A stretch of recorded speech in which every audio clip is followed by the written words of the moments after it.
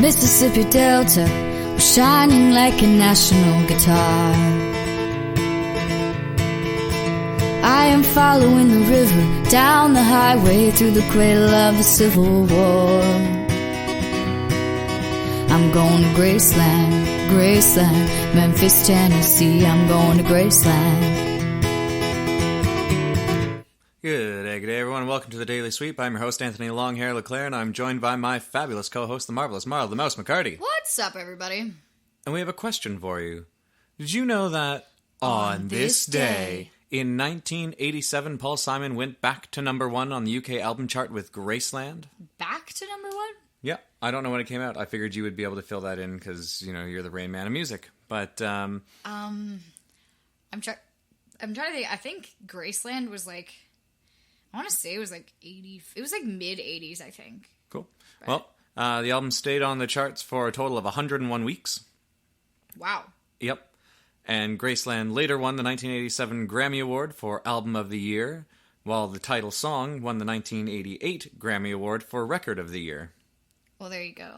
That's awesome. And it's so cool that Paul Simon did that album, too, because when it came out, it was like a hugely controversial thing, too, because like it was right in the midst of all like the apartheid stuff going on in South Africa. So there was like a lot of musicians that were actually like refusing to do concerts in South Africa because of all of the just crazy amounts of racism and violence going on there. And Paul Simon was like, I'm going to go and I'm going to get these like phenomenally talented musicians from South Africa and make a fucking album there.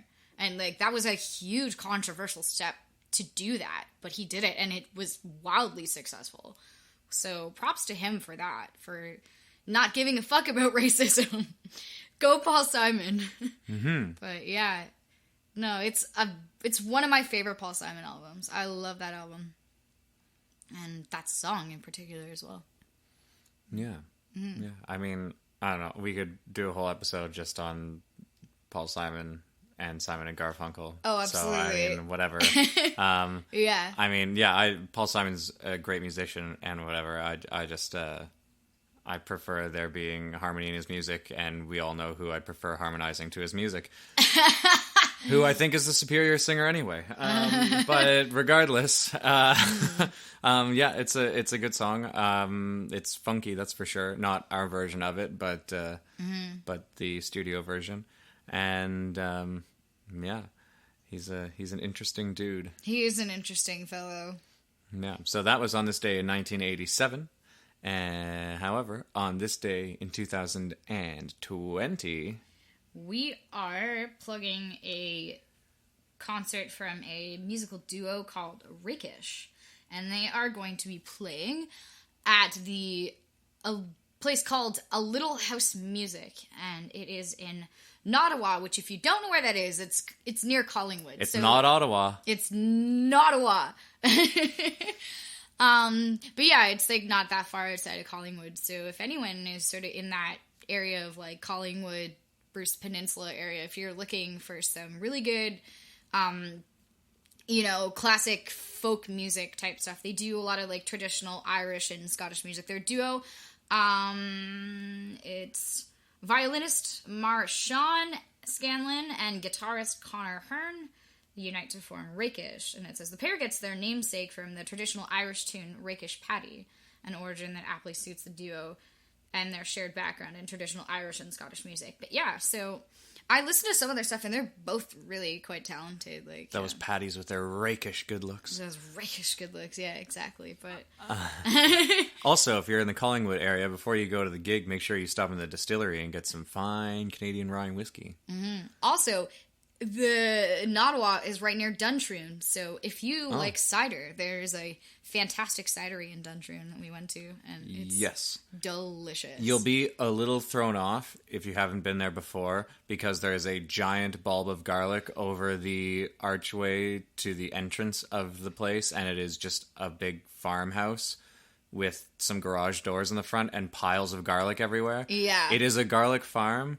They also source all of their apples locally from nearby orchards as well as their own, and then make cider there as well.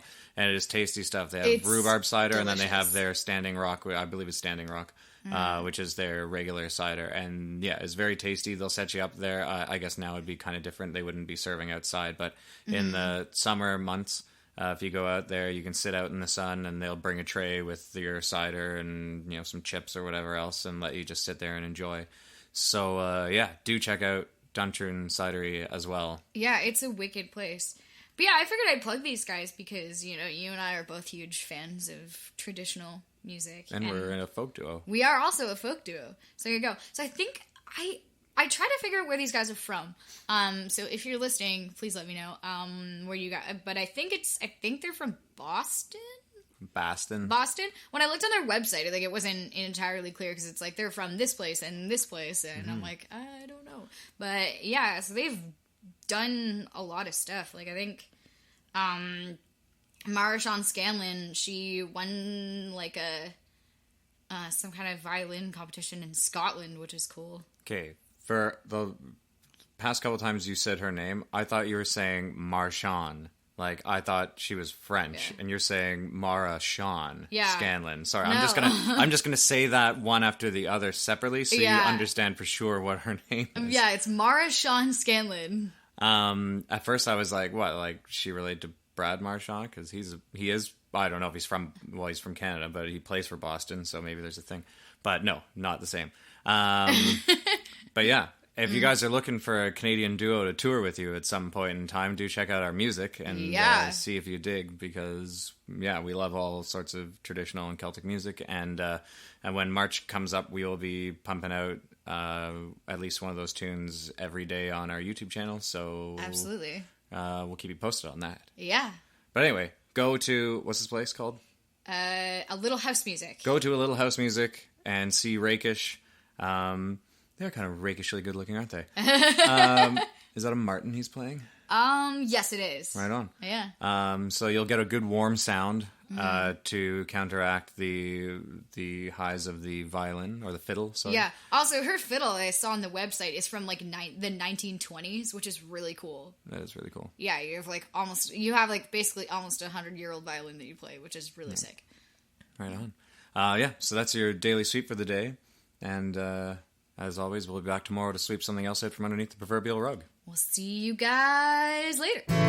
Poor boys and pilgrims with families, and we are going to Graceland. My traveling companion is 9 years old. He's a child of my first marriage.